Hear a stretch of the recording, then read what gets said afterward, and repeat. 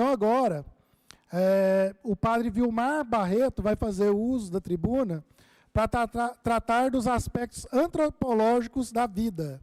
Seja bem-vindo, padre Vilmar Barreto.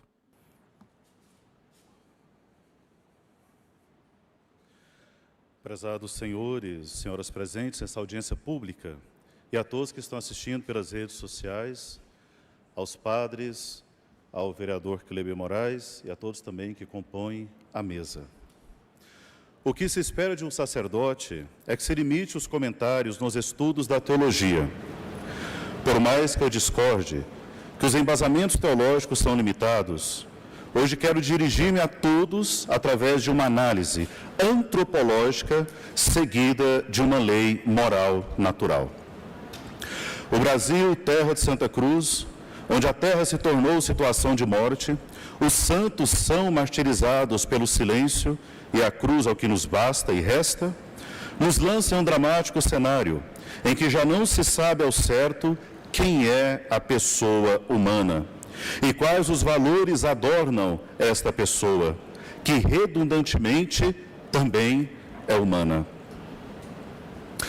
Quando a excelentíssima ministra do STF, Rosa Weber, defende uma pauta que mais de 90% da população brasileira discorda, me parece que a voz da maioria dos brasileiros não tem valor democrático e muito menos humano. O aborto é o tema em pauta. E aqui precisamos fazer dois questionamentos. Primeiro, quem é o ser humano? E quem é este ser que está sendo gerado no ventre materno? Quero iniciar discorrendo sobre o princípio da identidade, para que de forma certeira possa responder essa primeira pergunta. Quem é este ser que está sendo gestado do ventre materno? E aqui eu utilizo de um pensamento antropológico e da lei da moral natural. O princípio da identidade estabelece que tudo é idêntico a si mesmo.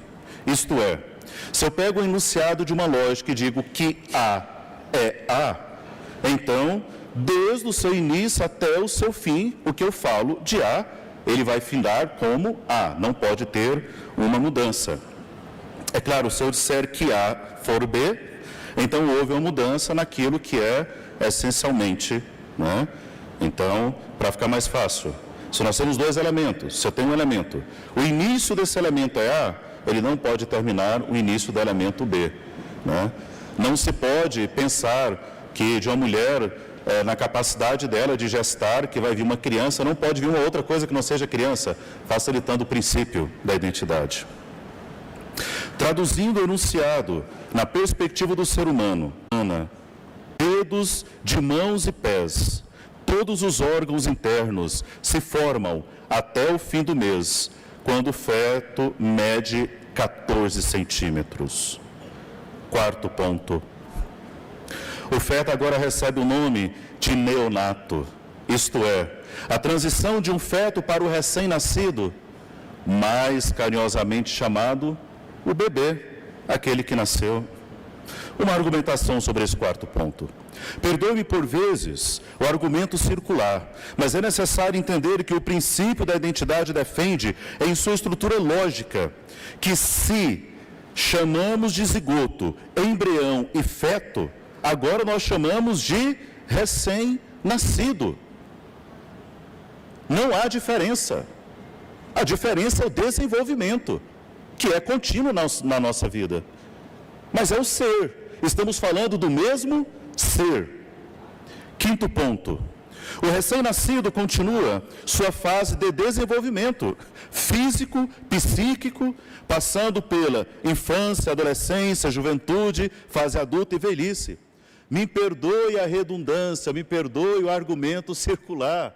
Nós estamos falando que este recém-nascido, lá atrás, chamado de zigoto, depois embrião, depois feto, depois recém-nascido, e agora que recebe esses nomes que fazem parte do desenvolvimento natural da vida, é a mesma pessoa. Ou até então, dentro da antropologia, o mesmo ser. a argumentação sobre esse quinto ponto. O desenvolvimento é contínuo e, biologicamente, o ser continua sofrendo mudanças até chegar à fase da velhice. E esse ser recebeu nomes diferentes em etapas diferentes da vida, chamando de zigoto, embrião. Logo, a categoria de pessoa é reservada ao ser humano, ao indivíduo que pertence à espécie humana, que deve ser dotado de dignidade e merecedor de respeito. O humano e o não humano são duas realidades diferentes. O humano é uma realidade moral. Logo, se assim define a biologia, não tem como falarmos que aquele zigoto já é desenvolvimento de uma pessoa. Compreende-se assim que o ser humano no ventre materno é um ser humano, indivíduo, que pertence a uma espécie humana. Logo, deve ter seus direitos individuais também como pessoa humana. A excelentíssima ministra discorre, não vou ler, mas todos vocês devem ter tido acesso ao texto do voto dela, e se não tiveram, peço que façam a leitura, porque é muito importante. A excelentíssima ministra discorre muito bem, naquilo que ela defende, claro, sobre a sua defesa ao aborto, que ela defende. Discorre bem a partir das ideias que ela coloca, não que nós temos que concordar. Mas com sua sábia idade, prestes a se aposentar, por merecimento de uma vida prestada ao suor do trabalho, parece ter esquecido de falar da pessoa humana, que já habita no corpo da mulher quando está grávida. É um habitante, um presente. É verdade que a mulher faz com o corpo dela o que ela quiser. Eu discordo, mas ela pode fazer o que quiser se ela concorda. Mas é preciso considerar que a pessoa humana que está no ventre materno não é o corpo da mãe no seu todo. É um habitar. E o ventre materno se torna um habitar para aquele ser. E são duas coisas diferentes ligadas em si. A mãe pode ser o elemento B. O filho sempre será esse elemento A. São diferentes. Não se pode torturar a criança por um direito ou pensamento de direito individual. Que Deus abençoe a todos.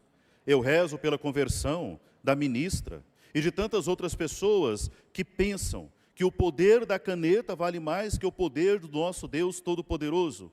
Um dia nós nos encontraremos diante de Deus, teremos que prestar contas. Que Deus tenha piedade de nossas pobres e pecadoras almas.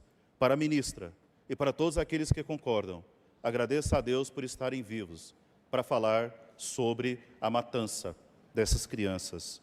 E lembrando, ministra, a senhora um dia não foi só um zigoto, faz parte da constituição da vida da senhora. Si vis ies et in volo. Obrigado.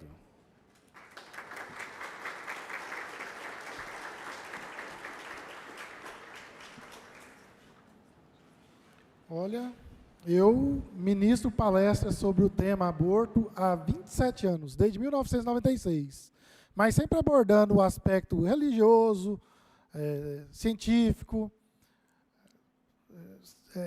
jurídico, enfim, vários, sociais, mas nunca tinha visto uma palestra com a ótica antropológica.